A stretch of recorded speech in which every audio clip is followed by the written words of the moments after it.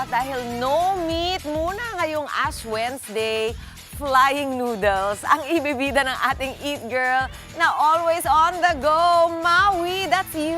Aba, bakit nga ba tinawag na flying noodles yan? Yun, may pakpak? Maui! Yes, Mami Chicky, that is me! Ito na nga, malalaman natin bakit nga ba siya tinawag na flying noodles. Ngayong umaga, nandito tayo sa Huang's Cafe, dito po sa Sampaloc, Manila. At ito, isang recommendation natin, lalo na ngayong Ash Wednesday, bawal ang meat. Ito po, ang laman lang nito ay seafood and vegetables. At, halika, papakita ko sa inyo kung paano siya ginagawa. Kita niyo yung flying noodles natin na talagang hindi siya gumagalaw, hindi siya bumabagsak, nakakatuwa, no? Pero para pag-usapan natin ang kanila pang mga masasarap na pagkain dito sa Huang's Cafe, tawagin po natin si Miss Shane. Hi, Miss Shane! Pati mga ating mga kapatid. Good morning! Si Miss Shane po, owner siya dito sa Huang's Cafe. Nag-open kayo noong 2023. Okay, and here you are. Marami pa kayong ibang dishes, pero ito yung pinaka-binibida nyo, yung tinatawag natin na Seafood flying noodles po. ayun, sakto kasi Ash Wednesday today. Ito ang pwedeng kainin ng ating mga kapatid. Pero ito kasi may style siya. Ito yung pinaka-sauce na inilalagay dyan. Yes, ma'am. Again, ano pong laman ng pinaka parang sabaw natin? It's white egg. Okay. So, parang chop suey siya na noodles. Oo, tapos mga gulay, Yes, po. tapos seafood. Ano pong laman na seafood niyan? Shrimp, squid, and fish fillet. Uy, masarap yun. Okay. And then mga kapatid, kita niyo po sa aming harap, marami pa pong ibang mga nakahain. Ano yung ito? Ito na interested ako dito, kakaiba eh. Siomay po ba to? Siomay and sushi, pinag-mix po natin, ma'am. Oh, wow. Okay. So, kayo lang ba may ganyan?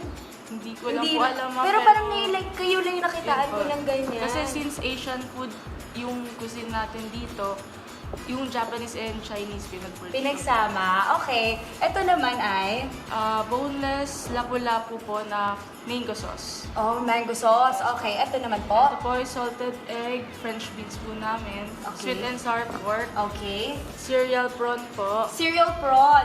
Okay. And Ito then, favorite ko to. Asado. Pork lechon asado. macao po, Lechon macao and oyster cake, very oyster classic po cake. na. At syempre, para pampa-refresh ng ating palate, we have Milk tea po. milk tea. O, diba? Nakakatuwa. Kompleto kayo dito. Pero ito na nga, mga kapatid, itong flying noodles sila, ang bidang-bida dito. Pero syempre, para i-try natin yan, tatawagin natin ang ating Tikim Squad.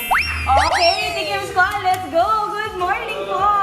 Good morning! Hindi katabihan niyo ako. Okay, Tikim Squad, tinawag ko kayo kasi papakita ko sa inyo kung paano, na paano bang ako yung chef dito, kung paano siya ginagawa. Okay, so tama ba, Miss Shane? Pupour lang natin evenly. Equally and evenly. So, parang pag ganyan, tama po ba? Yes po. Oh, wait lang. Ayan na, nakikita ko ni squid. Tapos ikot natin. Ayun. Uy, sobrang mainit pa yung parang pinakasabaw nyo, no? Yes po. Ayan. So, ilalahat ito? Yes po, ma'am. Lahat. Okay, natatakot ako baka umapaw eh. Pero ayan, umuusok-usok pa talaga yung inyong parang pinakasabaw na again, may mga egg, may mga gulay, and seafood. Ayan, swimming noodles na siya, hindi na siya flying noodles. Ayan, so paano siya kinakain pag ganyan, ma'am? Pinakrush po siya, ma'am. With hands? With the chopsticks. Chopstick pa, Yes no? po. Ganito. Yes po. I-breakdown na Yes natin po. siya. Wow! Sabi niya, awaw, napaw-awaw din siya.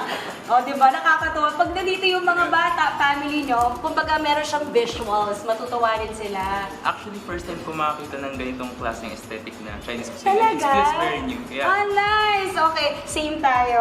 Okay, so nakakatuwa kasi may entertain ka rin, ma-amaze ka. Ayan, okay. Tapos after nyan, okay na siya for consumption. Okay, kain na po tayo, Tikim Squad. Let's go! Anong name nila pala, sir? Ed. Ed and Norby. Norby. Opo. Okay, Sir Ed, Sir Norby, choose your fighter. Okay, tayo po. Sa anong, ito, paano to? Igagano na lang siya. Sige, go ahead po. Sir, paano ba? Iaano siya? Yung ganito, ma'am, magkano nagsisimula? 395 lang po ito, ma'am. With seafoods. 395 yung seafoods na. Uy, okay yun ha. And good for sharing kasi siya. Hindi na siya pang isang tao. I think up to 3 persons can eat this, no? Yes po, ma'am. Okay, ayan. Tayo na natin. Kasi kuhanin natin yung seafood kasi yun yung masarap eh. Ay, uy, ang laki ng shrimp nila. Malaki, no? Yung mga hipon nyo. And fresh po rin yan, ma'am. Everyday. Everyday dinideliver Yes sa po. inyo. Uy, maganda yun, di ba? At least. Okay, eto na. Tayo na natin. And ayan na nga, with veggies, with sauce, with egg, with everything. Let's go.